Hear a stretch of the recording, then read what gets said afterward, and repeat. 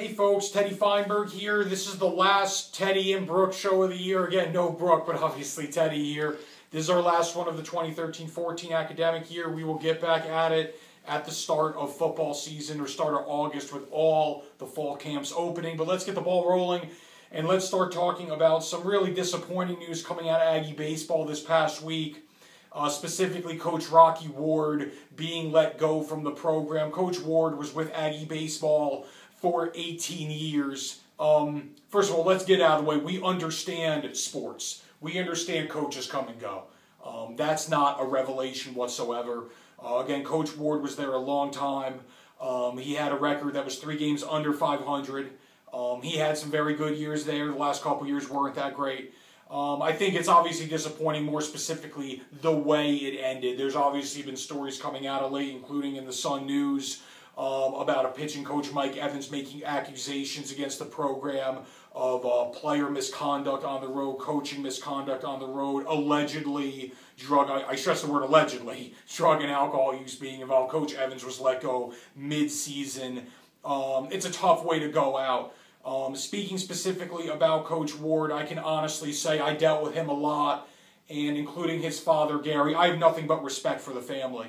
I'm not going to sit here and say his record, again, 3 games under 500 kind of speaks for itself, but I'll also say this. There were some years the Ward family squeezed water out of a rock to get that program to NCAA regionals, and they went to 2 of them. They competed in the Big West, they competed in the Sun Belt, they competed in the WAC. Those were good mid-major baseball leagues. I really want to see them land on their feet. Obviously, Gary Ward has already landed on his feet. He's a college baseball Hall of Famer. I hope to see Coach Ward do so as well. And I think there is a lot of potential with the Aggie baseball program when you consider the $1.4 million being put into a facility upgrade, the warm weather climate, and an area, frankly, that's highly underrated for baseball when you consider New Mexico, El Paso, and Arizona. You can recruit this area. So we'll see where it all goes. Understand the change, just the way it happened kind of leaves a sour taste in your mouth. Let's move on to end of the year stuff because obviously, as I mentioned, this is the last show of the year. We'll look at Aggie sports and we'll transition there.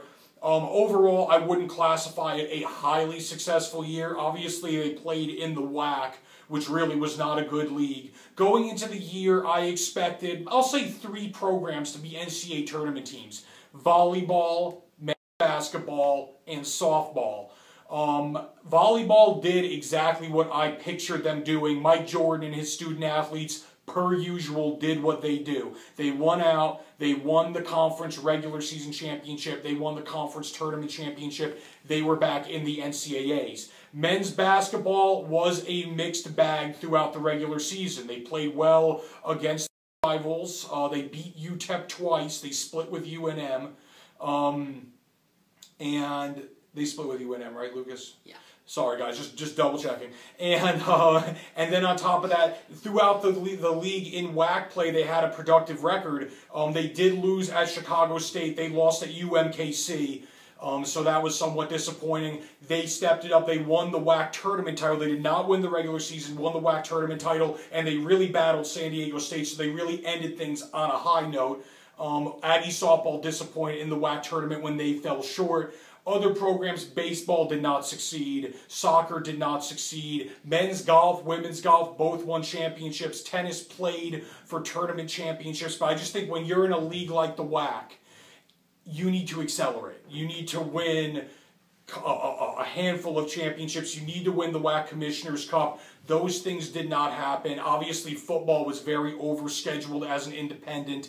They'll be moving into the Sun Belt next year. They won a couple games, and they were largely uncompetitive in other ones. So I do think there is room for growth. Some of the programs did what I expected them to. Some of them didn't really perform very well. We'll see what the new year brings. In terms of high school sports, Cruces and Mayfield, they played 2 fantastic football games this year. The regular season game, which Mayfield won, and then, of course, who could forget the state championship game? Cruces wins 28-27. Jalen Bishop blocked extra point to win it. That was absolutely incredible. That clearly, big anticipation, great crowds, and fantastic games. Those clearly took the cake. But there were other accomplishments as well. Let's not overlook Mayfield girls basketball being sensational once again under Coach George Maya. They advanced to the state championship and fell, but you take nothing away from that program. Oñate softball was great. Cruces High soccer won a state title. Hatch volleyball won a state title.